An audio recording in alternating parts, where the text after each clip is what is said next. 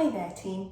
I've had loads of questions in over the last couple of weeks from runners whose races have moved, particularly marathons, you know, the big races like the London Marathon that people have been training for quite a while, and you've suddenly got a gap either potentially to the autumn, a rescheduled date, or many people, because the autumn is looking really busy now with social engagements and other races, maybe even out to the following year when your next big target race has moved to. So I thought I'd answer a few sort of those frequently asked questions about what to do from a training point of view. So let's take the London Marathon as an example. That's moved out to the 4th of October, and assuming you can make that 4th of October date, have a little bit of a think. The easiest way of doing it is to take the training plan that you've been using to go up to the April date and do it again for the October date. So you adjust the end date to that plan and work backwards. That might be a 16-week or 4-month plan, or a 20-week or 5-month plan. My little top tip would be maybe go for a 5-month plan if you can. It means that you're not ramping things up as quickly. You've got a little bit more contingency in your running. So that's just helpful, you know, in case you get ill or injured, you've got a little bit more time to play with a 5-month training plan or 20 weeks. So that means that you're kind of starting about the beginning of May.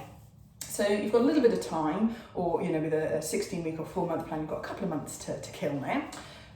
So think about a few things. Think about keeping that running ticking over a little bit, but also primarily think about giving yourself a little bit of recovery.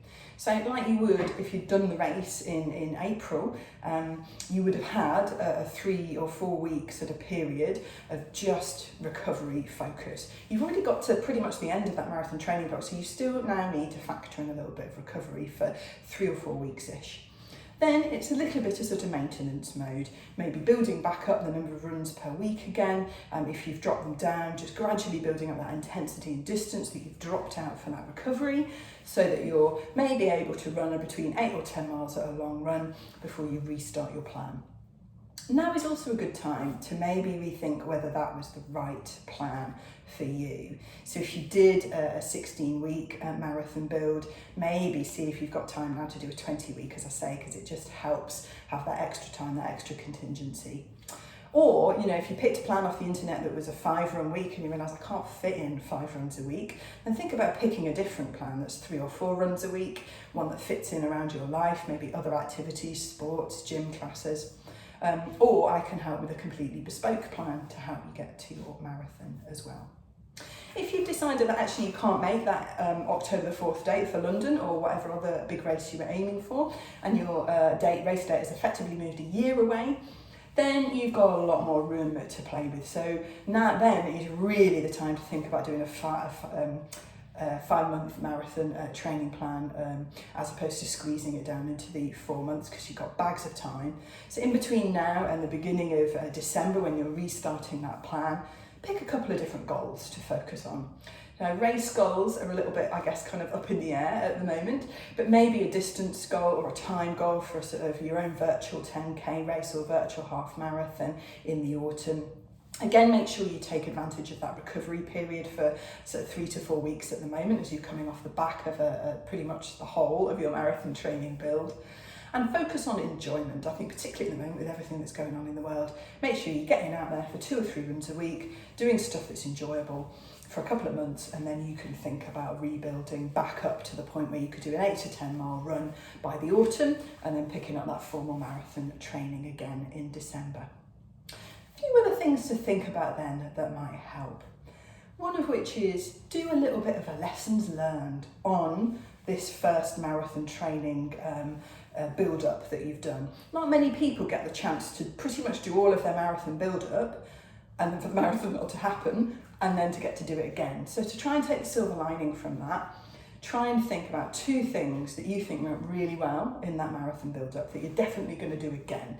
Aspects of your training, your nutrition, whatever it might be, 2 things that went really, really well. And another 2 things that maybe you'd think about changing. that didn't quite work, that didn't fit in with my routine. Got to that point in the plan and I was feeling a bit fatigued more than usual.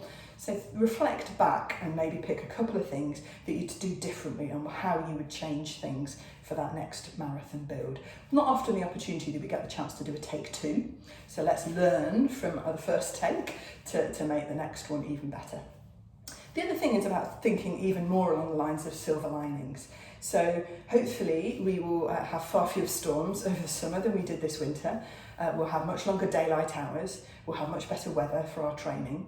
So hopefully things will just be that little bit easier as opposed to the sort of consecutive weekends of storms that we've had to go through at the start of this year in people's peak sort of marathon training blocks. And the other thing to think about is, what are the other things you can do that you can put in place now that are going to really have a positive impact on your marathon training, be it in the autumn or next spring. So perhaps things like strength training. It's often strength training and stretching are the two things at the top of the list when runners get in touch with me, the things that I think I should be doing, but I'm not really doing as much as I should, and I know. And so those are really good habits to start getting into now, getting some strength training, getting some stretching. The other thing you can potentially learn from, if you had a bit of a niggle or maybe an injury in this marathon build for a spring race or any other race, half or whatever, now's the time to completely kind of injury proof yourself. So what I like to call prehabilitation. So taking on board any physio exercise that you were given for that injury or niggle, or general strength exercising that you have been told to do that will help to prevent that happening again. So again, it's about kind of planning ahead and making sure that take 2 at the race build is going to go even better than take 1 did this spring. Hope that's helpful. Any questions, let me know in the comments.